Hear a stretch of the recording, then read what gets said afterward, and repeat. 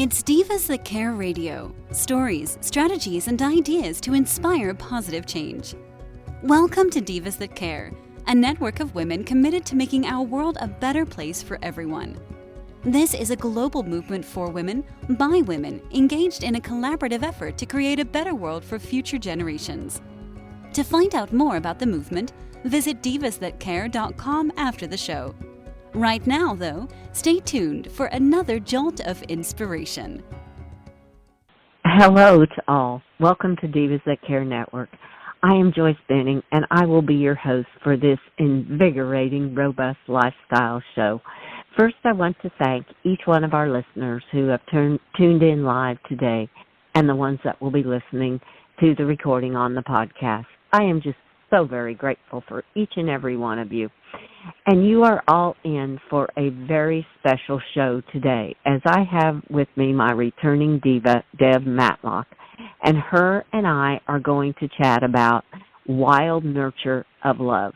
Oh man, is this going to be exciting. Deb, could you please introduce yourself to our listeners today? Absolutely. Thank you so much for having me on. I am Deb Matlock, coming to you from Colorado in the USA, and I have a small business called Wild Rhythms, where my focus of all the work that I do is on nurturing the deep and sacred connection between people, the earth, the animals, and the world of spirit. And I do that through individual work and group workshops and retreats, and also professional practitioner trainings for folks who want to integrate deep and sacred nature connection into the work they offer their own clients. So, and I cannot be more excited about this topic than I am. What a beautiful, beautiful topic, especially for Valentine's Day week. Well, I agree with you, too. I think it is just so fitting because it's Valentine's, and just exactly what you said you're doing is nurturing people and to get into the nature and the spiritual and just all about it, all about the wild. And so what a topic that just fits into what you are doing on a daily basis. So I am just so excited to chat about this wild nurture of love, because this morning, just for an example, I was out feeding the horses and the animals, and it's just a gorgeous morning, and I thought the birds were just singing, just absolutely beautiful, and their vibrant colors, my red birds, which I talk about all the time, I just love them, they were singing so beautiful, and the other birds, and then a flock of geese flew over, and they were singing, and I'm like, they're just nurturing my soul with their beautiful music and their beauty that is surrounding me. Just the birds alone, let alone the sunshine and everything else that was just nurturing my soul to get me going for the day, get me excited, and I could just hear them say it's going to be a magical day. So that is one thing that came to my mind right away this morning when I went out and I thought about our topic about wild nurture of love, of how they are just nurturing me with their love and sharing what they have to give to me. And I was just overwhelmed. I thought it was just beautiful. Oh, and I love that example because that feels like such a perfect reminder that this wild love, this wild nurturing of love is everywhere. I mean, and we can receive it, like as you described with these beautiful birds sharing, and they're doing their thing, and what it does to your heart, that's such a beautiful testament to like the openness of the heart. If we open our hearts and we're available to feel that kind of inspiration, that kind of nurturing, then it's like, what can it do in our spirits and our souls that would be more difficult if our hearts were closed, And what does it inspire us to do? What does it inspire us to return in that nurturing love kind of energy to the world around us? I mean, it's like the perfect point of connection that can cross species boundaries, it can cross cultural boundaries, it can cross geographic boundaries. I mean, it's such a universal, I think. Oh, yes. It always brings me back to it's just the full circle, our full web of life, of how if we open up our hearts, like you said, and just listen and hear the beauty that is all around us and see it, and the sunrise, I thought too this morning, it's sharing its love with me because that big big sun was just coming up so bright and beautiful this morning, and the ground was kind of frosty, and it just gave kind of a glitter to the whole world. And it was just beautiful. And if we just open our hearts and our minds and take that moment, live in that present moment when you hear those birds singing or you see that sunrise, just take a moment and just enjoy it and open up your heart to feel it and let it come in. And it is amazing what it will do for your soul and your spirit, your attitude, everything. It's a beautiful way to start your day, or to maybe if you're having a day and you're going, oh man, this just isn't the best today, and just walk outside even, just take a breath of fresh air and let the air nurture your body and replenish it with some fresh air. So just some ideas that come to my mind when I think about ways that we are being nurtured through nature and that we can pass it on because of the way it makes us feel on the inside. Oh, and I love what you said about the glitter, the sparkly glitter, kind of sharing that with the world, and I think when you said that, it kind of just hit me, that it is everywhere. We don't actually need the little plastic flecks of glitter.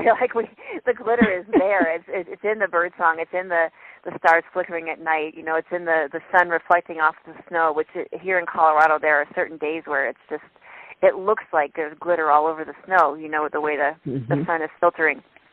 And that allowing our bodies, our souls, our minds, our hearts to feel that. One of the things that often does for me is it's not only is it beautiful and inspiring and, something that I appreciate, and it makes me, it often makes me pause, though, and think about, this bigger, amazing mystery that we all live within, and, how this world got to be so beautiful, and how I got to be fortunate enough to be standing here right now and being part of it, and it's one of those things that can sort of move me very easily into those bigger questions of life and mystery and meaning, and that, I think, the wild nurturing love, I think that also really firmly lives in that place when we're asking those larger questions of ourselves and what we're doing here and what can we contribute. When we let that love guide us and be that underpinning of everything. I mean, oh my gosh, what a world we're talking about here, right? What a world. Oh, I just love that. How if we just let love shine out of you.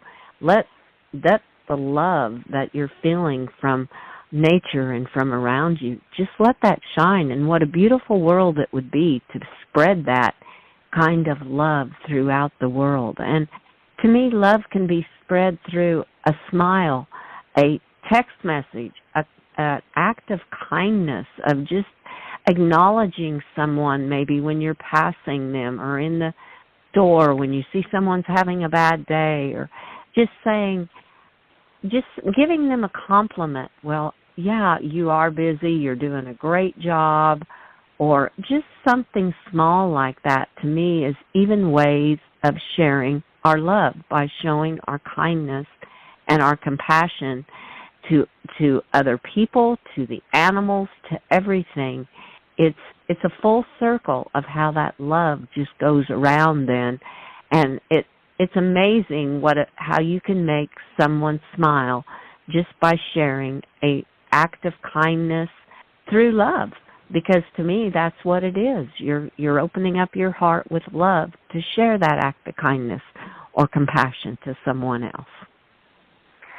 Oh, I think that's exactly it. I think, and I love, you bringing up the idea of kindness, because I feel like kindness is love in action.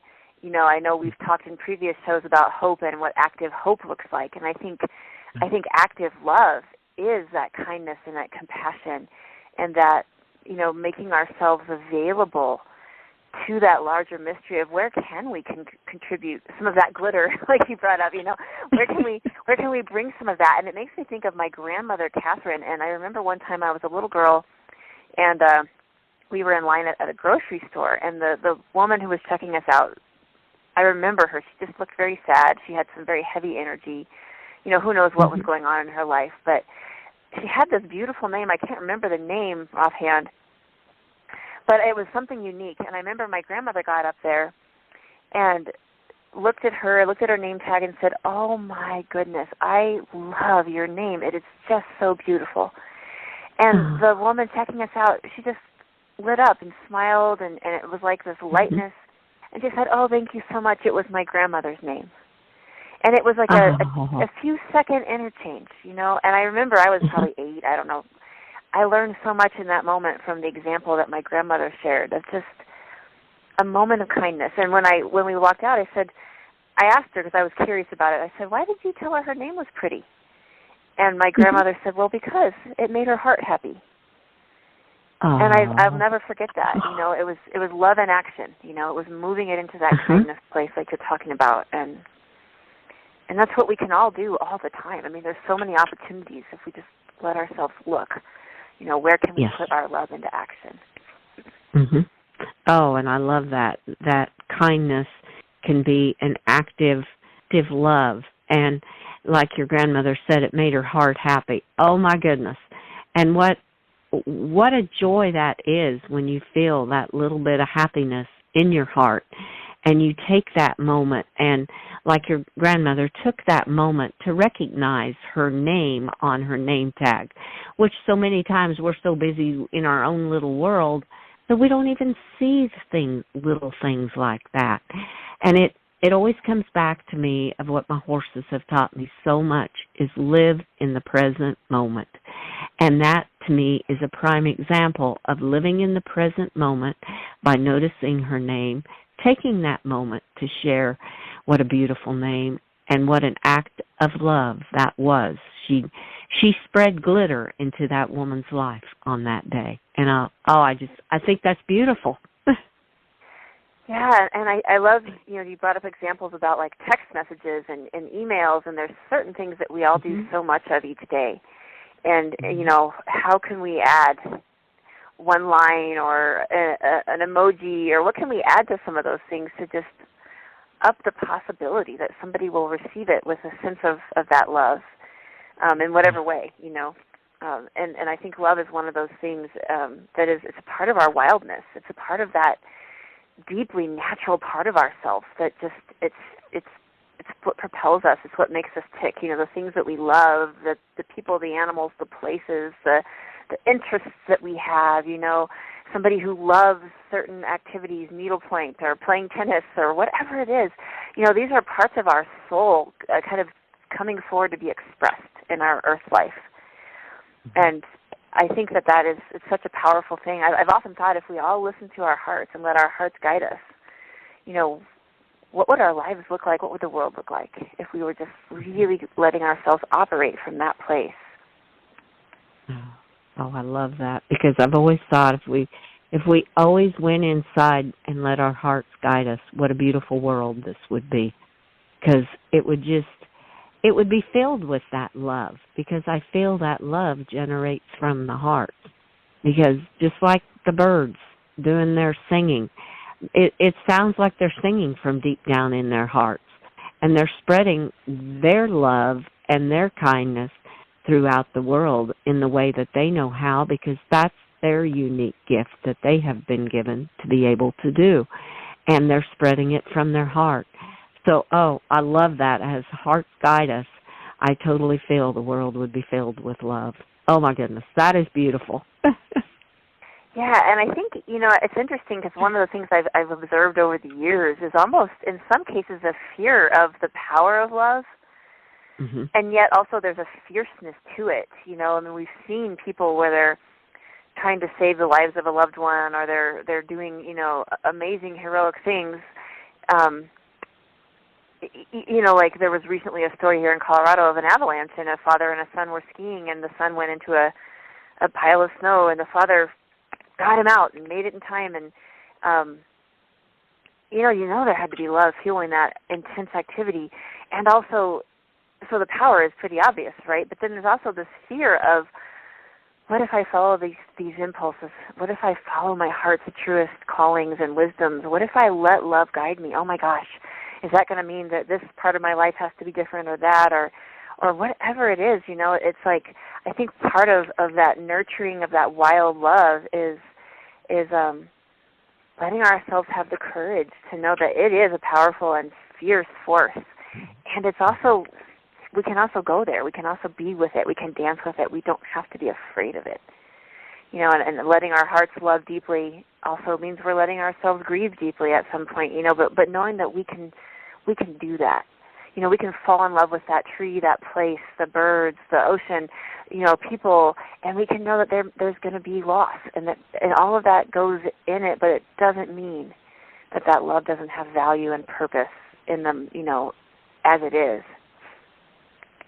Exactly, because like you said, there's going to be loss, and yes, we're going to grieve, but the love that you shared with that animal, that person, the times you made them smile, the memories that you have, that is what is, to me, the treasures that mean so much, because you lightened their day and they lightened your day also, just by sharing that powerful love. Where if you would have never let that love guide you and never shown that love, they would have never experienced it from you, and you would have never experienced it back from them.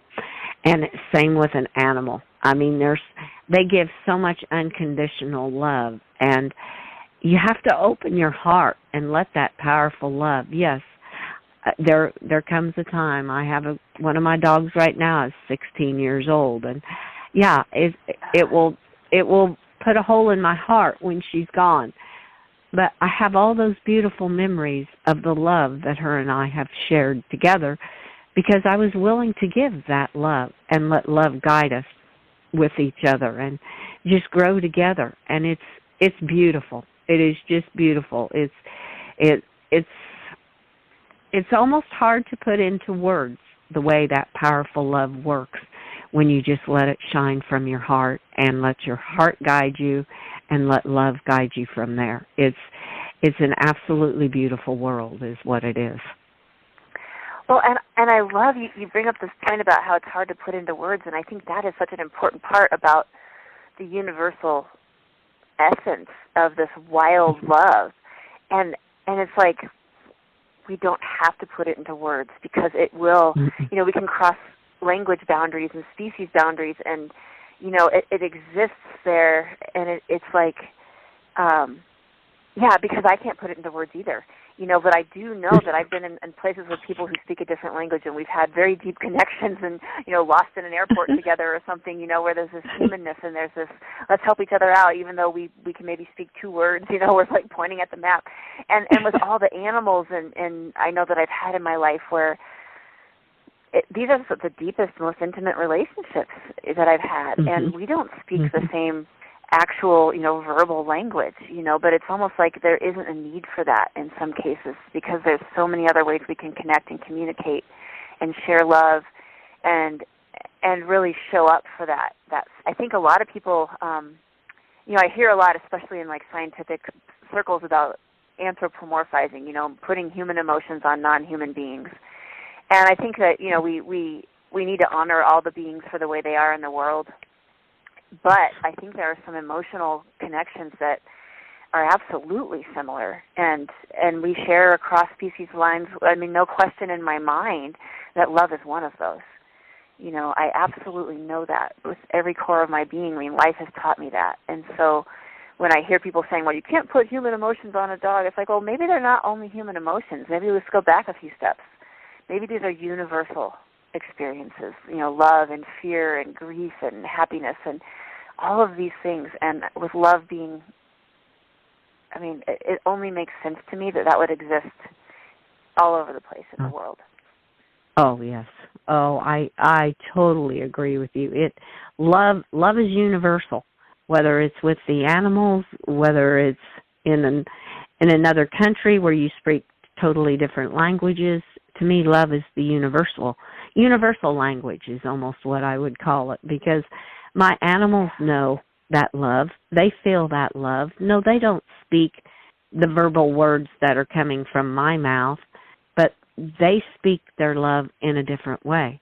And when you open your minds and your hearts and your soul to see how they're sharing that love, it's just incredible, because I can read it a lot through my animals, through their eyes. Their eyes just shine with that love. Or the way, like yesterday, one of my horses, he was just giving me kisses. And that's his way of showing his love to me. And this morning, my dog, he wanted attention right there. It was his way of being right beside me and showing me his love. He didn't have to speak it. No words needed to be said at that point, because I can feel that love. Yeah, and I think that's where, for all of us, like, navigating through the days of our lives, I think that's a powerful piece of it, is that, love has so many languages, and they're not all verbal, and it means we don't have to try to interpret it. We don't have to make it make sense even into our rational minds. We can let things be how they feel. Like I'm like your dog, giving you love, your horse giving you kisses. You didn't have to sit there and rationalize away what that actually meant. You could just feel it. I'm like, okay, yeah, I'm going to give you some love back. Let me give you some love back in my way. Like, I have a cat that likes to groom my eyebrows. I'm probably not going to groom his eyebrows with my tongue, but I can certainly return the love, in a different way. But boy, do I have nicely groomed eyebrows that you should see them, That's how your kitty's showing her love to you. I love it. Exactly. It's just like, I got to keep my person's eyebrows all lined up, But it's so sweet, and I can just feel the purring and the affection, and we've been doing this for years, and, it seems to work just fine, that I don't return it exactly the same way, Oh, but that is just beautiful, because the kitty feels that love too, because you're letting her express that. You're receiving her love. And my horses have said too, there's as much in giving, and then you have to receive back. So you're receiving that love, and that's what's making her love it too, because she knows that you're receiving her love and you're giving it back in different ways too. So it's all the giving and receiving, and it's just beautiful. It goes all back to that full circle web once again of how it all just intertwines together, be it the animals and the humans and nature, everything, the wild, all of it, just like the birds. Yes, I don't hold them in my hands and pet them and love on them like I do my dogs and my horses, but they know I love them because I'm telling them to, and my heart is going out because I'm enjoying their music so much. So it's just showing love to each other in so many different ways. Yeah, and I think that even gets into the interesting realms of energetic exchange, the things that we can't see, and just the feelings of sharing with each other through energy or from images in our minds, or some of the ways that interspecies communication and connection can happen. I mean, I know I've had experiences where I've felt somebody staring at me or something like that, and I turn around and there's a person staring at me.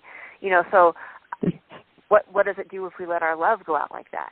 We send that love energy out there. I mean, I feel like there's such truth and power in that, and I think that's where, I often will do that with people if they're at a distance, or if somebody's nursing a sick animal. I'll just try to, in my mind, imagine sending love to the situation. There's nothing else I can do. If I was there and I could do something tangibly, of course I would. I'm not gonna only send love to my dog when my dog also needs veterinary care, right? But I'm gonna do veterinary care and love, and I have animals in surgery where I'm holding in my heart all day long and trying to feel my heart connecting to theirs, while they're at the clinic having whatever treatment. And I think that there's some real power there. And I think when we start to feel like, what's the worst that can happen if we play around with that? Like, what's the worst that can happen? We send some love energy out and nobody feels it. I mean, like, there's not really a risk here, It's let's play with it. Let's see what happens. Let's see how it feels to us. Let's see how the world around us feels. I think it's kind of cool and fun, actually. Oh, I so agree with you. I just love that, sending love energy, because we all have friends that live miles away where we cannot be with them maybe when something is happening, or we'd like to be there, or we're just thinking about them, even just a thought, and just send that love energy to them, or send that love energy when you send that text or email. And to me, it means so much more. And like you said, it's not going to hurt anything. It's only going to be of a benefit, because all you're doing is sharing that love energy with someone else. And I love that. I absolutely love that, because I agree with you so much, because I do that a lot, especially on distant friends or even close friends where I'm not going to be able to see them. I just send my love out to them, or I'll send them a short text message. Have a magical day. We're sending it with love and hugs. And just little things like that are so powerful in this world that when you stop and think about it, it is just amazing what it can do for others. Yeah, and I think that's where, feeling empowered about the value and the worth of us all sharing our hearts and sharing our love, and knowing that, the world needs every bit of it in whatever ways we're feeling called and inspired to share it. I think that's the piece is just to not sit there and say, oh, well, it doesn't matter because this is overwhelming or that's overwhelming, or I can't fix everything with this, just a little heart. Well, if everybody was focusing that way, and if we're letting our love move our actions, maybe it really can. It was interesting. As a teenager, I used to be very idyllic, and I thought this.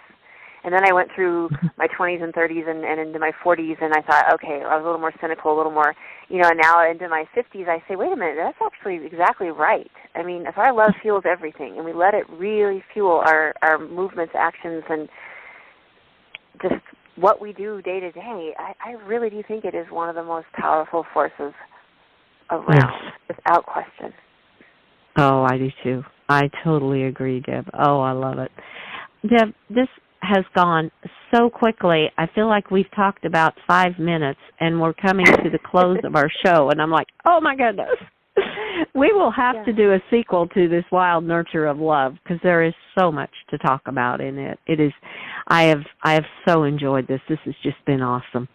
And Deb, can you please tell our listeners how the best way to connect with you when they hear this and they say, I want to learn more about what Deb is doing and get more involved. Can you please share with our listeners the best way to connect with you? Absolutely. I would love to connect. I have a website, wild-rhythms.com, and from there you can find your way to all my social media or my newsletter, and my email address is a contact form, so I would very much welcome connecting and chatting further with your listeners, and it's such an honor to be part of this and be on your show, and I so love talking with you, too. It did go very fast. Yes, it did. Oh, Deb, well, thank you so much, and you have an absolutely magical day, because I know you will let your love guide you, so you have a wonderful day, girl. You too. Thank you so much.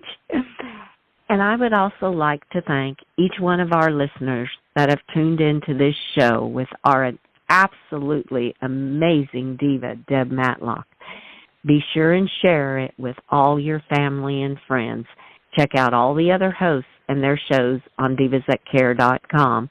And tune in next month where Deb will be back, and we'll be chatting more and sharing more about the wildness inside of us and the wildness of nature and how it all intertwines and webs together. Remember, have a magical day.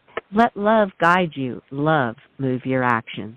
And in that, be kind to all. Give your animals a hug and share your love with them. Until we connect again on Robust Lifestyle, stay strong and healthy. Thanks for listening. This show was brought to you by Divas That Care.